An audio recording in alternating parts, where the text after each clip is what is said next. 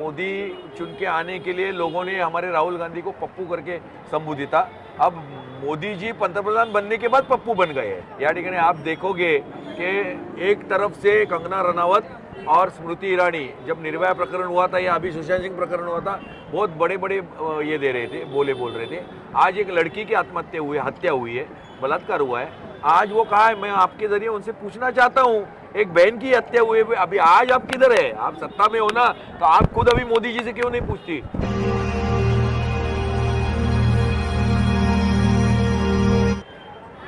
Signature का यहाँ पर आंदोलन रखा गया है। हाँ। देख रहे हैं कि पहले जो ये सरकार थी, हाँ। कॉर्पोरेट तक थी, छोटे मोटे धंधे खत्म कर दिए, अब अन्नदाताओं पे आ गए, जिन्हें अन्नदाताओं पे आ जाता किसान, उनके खिलाफ उतर आई है। क्या कहेंगे सर?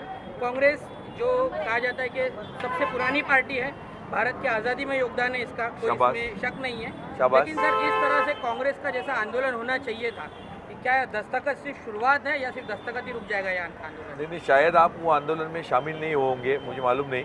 थाना में 2 बड़े आंदोलन हमने लिए, जिसमें एक आंदोलन में करीबन 1000 लोग थे, 800 से 1000 लोग थे। महात्मा गांधी जी की जयंती पर हमने वो आंदोलन लिया, वहाँ पे गांधी पुतले के सामने, गांधी जी के पुतले के सामने, स्टैचू के सामने, महात्मा गांधी उद्यान में। वहाँ 800 से 1000 लोग थे, जिसमें हमने निंदा की, इस एक्ट के खिलाफ निषेध किया, उसमें वहाँ पे आंदोलन किया। और अभी उसी के ज़रिए ये एक हमने अभियान छेड़ा है, जिसमें पूरे थाने सिटी के सब 12 ब्लॉक्स में घूम के हम करीबन 2 लाख सिग्नेचर, हमको टारगेट दिया गया है कि हर सिटी में से 2 लाख सिग्नेचर होने चाहिए, जो कि महाराष्ट्र से 2 करोड़ सिग्नेचर हमको भेजने हैं वहाँ पे। एक प्रकार का वो दबाव है, एक प्रकार का अभियान है कि, और ये इनकी जो एक्ट है, फिलहाल लॉकडाउन की वजह से मीडिया थोड़ा ये है अंदरूनी इसमें है, तो ये सिग्नेचर कैंपेन से एक अवेयरनेस हो जाएगा, पब्लिक तक पहुँच जाएगा कि किसान कायदा जो इन्होंने बनाया है वो किसान विरोधी है, आम जनता के विरोधी है, ये लोगों तक पहुंच जाएगा। यही हमारी ये है। जब कांग्रेस ने इसका विरोध किया, और इनका कहना है कि सिर्फ कांग्रेस शासित राज्यों में किया जा रहा है और कांग्रेस सियासत कर रही है, इस पर क्या जवाब है आपका? सियासत का नाम दे रहे हैं इस चीज़ को भी। नहीं, कैसे है कि किसके क्या कहना है उससे कुछ लेना देना नहीं। कांग्रेस का कहना रोड पर है, बराबर रास्ते पर है। अभी किसका क्या कहना है कि वहाँ हो रहा है, यहाँ हो रहा है, इम्पोर्टेंट ये है कि किसानों को तकलीफ हो रही है कि नहीं, बराबर है। तो अभी ये हम आंदोलन कर रहे हैं, ये किसान तक जाएगा, जनता तक जाएगा। अगर आगे चलकर इसमें कुछ दूसरे प्रॉब्लम्स निर्माण हो गए इस एक्ट की वजह से, तभी लोगों ने नहीं बोलना चाहिए ना कि कांग्रेस ने आवाज़ ही नहीं उठाया। इस बात, ये गलत बात हो रही है, इसलिए कांग्रेस ने पब्लिक के सामने रखा है, बराबर है। अब वो ताकत के जोर पर उन्होंने एक्ट मंजूर कर लिया है, उनकी सत्ता है पार्लियामेंट में, इसलिए उन्होंने एक्ट मंजूर कर लिया है। अगर कांग्रेस की सत्ता आएगी, कल को अगर इनसे गलतियां हुई और वो हम लोगों के सामने रखेंगे, और अगर वो उन गलतियों का खामियाना अगर लोगों को भुगतना पड़ा पब्लिक को, तो नेचुरली पब्लिक उनके खिलाफ वोट करेंगी, कांग्रेस सत्ता में आएगी। और कांग्रेस सत्ता में आने के बाद ये जो कायदे बनाए हैं इन्होंने, जो जनता के विरोध में, वो सब हम वापस रद्द करेंगे। सर, देखा गया कि जब इलेक्शन करीब आने का वक्त होता है, तभी सारी पार्टियां जो है ये नए नए मुद्दे लेकर के खड़ी हो जाती हैं। सही बात है। तो इस बार जो आप लोग किसानों के लिए खड़े हो, पिछले 15 साल से जो है किसानों के हक में लड़ने वाला कोई नहीं था, लेकिन अभी आप लोग खड़े हो रहे हो, तो इसकी क्या वजह है कि जो इलेक्शन आ रहा है इस वजह से आप मुमरा में खड़ा, मतलब पिछले 15 सालों में किसानों के खिलाफ लड़ने वाला कोई नहीं था, ये बात आपकी बिल्कुल सही है। इसका रीज़न ये है कि कांग्रेस अच्छा काम कर रही थी, किसानों को कोई प्रॉब्लम ही नहीं था, किसानों को कोई मसले ही नहीं थे, बराबर है। ये सब मसले चालू हो गए 2014 से, जब बीजेपी की सत्ता में आई। और रही इलेक्शन की बात, तो एमएलए के इलेक्शंस और एमपी के इलेक्शंस तो 2024 में है, बराबर, 2022 और 24 में बहुत लंबे है। ये मसला एमएलए और एमपी इलेक्शंस का है, ये मसला ठाणे महानगर पालिका का है नहीं। किसान ये ठाणापुरती मर्यादित नहीं है, किसान लिमिटेड नहीं है, ये किसान ये पूरे देश भर में, अपने यहाँ देश भर में पूरे करीबन 150 करोड़ जनता में से करीबन आज भी 55 करोड़ जनता किसान है, बराबर है। और जब अपन स्वतंत्र, आपने कहा कि कांग्रेस ने स्वतंत्रता मिलाने के लिए बहुत योगदान दिया है, फिर अबुल कलाम है यहाँ पे, जहाँ स्टेडियम है अबुल कलाम है, दादा भाई नौरोजी है, महात्मा गांधी है, पंडित नेहरू ने, तभी किसानों की जो संख्या थी 30 करोड़ जनता अपनी थी, आज 150 करोड़ है। तो 1947 में 30 करोड़ जनता में से 25 करोड़ जनता, करीबन 80% जनता ये एग्रीकल्चर में थी। किसान थी। जिस तरह से चाहे किसानों का मुद्दा हो चाहे हाथरस का मुद्दा हो, देखा गया कि जो कांग्रेस अध्यक्ष राहुल गांधी और प्रियंका गांधी जब गए तो उनके साथ धक्का मुक्की हुई। ये जो सारे हालात है सर, कहीं ना कहीं इसकी जिम्मेदार है ईवीएम मशीन। जादूगर की जान तोते में, ऐसा कहा जाता है। लेकिन कांग्रेस ईवीएम के खिलाफ क्यों कोई आंदोलन नहीं छेड़ती है ताकि सारे मुद्दों की जड़ ही खत्म हो जाए? देखिए, मैंने काला ये लगाया है बराबर यहाँ पे, यानी आप कहेंगे क्या कि जितेंद्र आव्हाड और मैं चुन के आया हूँ, आव्हाड जी चुन के आए यहाँ पे और वहाँ पे मैं चुन के आया हूँ वर्तक नगर में, तो आप कहेंगे क्या? मैं ये बिल्कुल नहीं मानता कि ईवीएम की गड़बड़ है। ये सब जनता ने चुन के दिए ले लोग हैं। मोदी साहब बहुत बड़े लग रहे थे लोगों को, बराबर है। मोदी चुन के आने के लिए लोगों ने हमारे राहुल गांधी को पप्पू करके संबोधित था। अब मोदी जी पंतप्रधान बनने के बाद पप्पू बन गए हैं।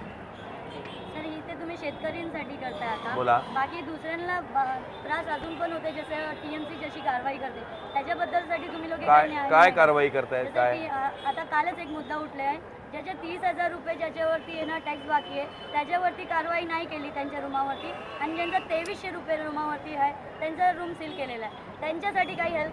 मी तुम्हाला अपील करतो आणि तुमच्या माध्यमातून अपील करतो त्या जनतेला, ज्यांच्या काय कारवाया केलेल्या आहेत कृपया माझ्याकडे घेऊन या ब्लॉक अध्यक्षांमार्फत, ते प्रॉब्लेम सॉल्व्ह करण्याचा आम्ही प्रयत्न केलो. आणि राहिला हाथरसचा प्रश्न, तर आजसुद्धा आम्ही निषेधाची पट्टी या ठिकाणी बांधलेली आहे.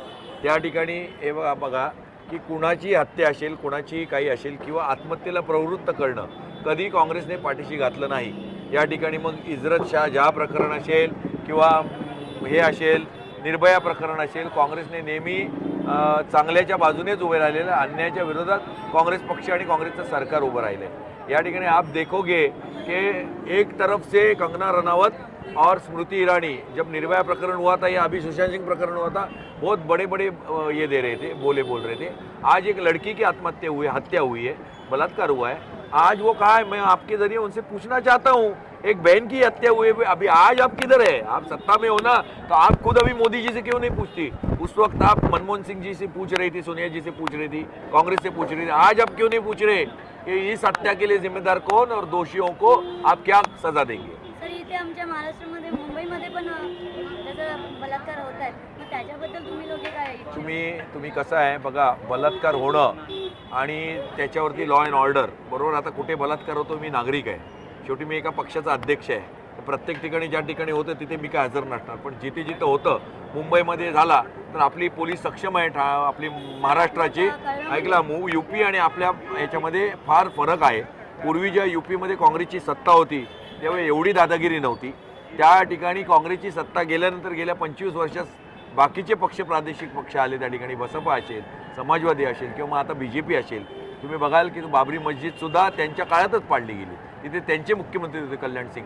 त्यामुळे जिथे जिथे देशाची घटना आणि घटनेला अनुसरून काम चालतं ते फक्त काँग्रेस पक्ष करतं. जिथे ते घटनेचा पायबंद करून, घटनेची पायमल्ली करून ज्या ठिकाणी दादागिरी चालते किंवा गरिबांवरती शोषण केलं जातं त्या ठिकाणी तुम्ही बघाल काँग्रेस शासित सरकार नसतं. सर, आखिरी सवाल, काफ़ी ये हाथरस का जो भी मामला हुआ, किसानों का मामला हुआ, सिग्नेचर हुई, सारी पार्टियां कर रही है सर, लेकिन कहीं ना कहीं ये मैसेज जा रहा है सबके अलग अलग प्रोग्राम्स हो रहे हैं, आपने अलग रखा.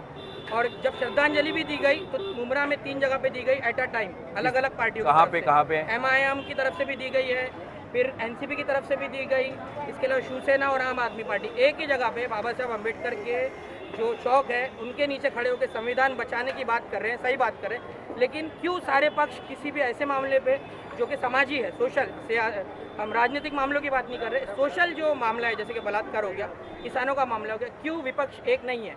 कहीं ना कहीं जो ऐसी जहनीत के लोग हैं जो चाहते हैं कि हिंदुस्तान टूटा रहे, संविधान खत्म हो जाए, उनको इससे ताकत मिल रही है.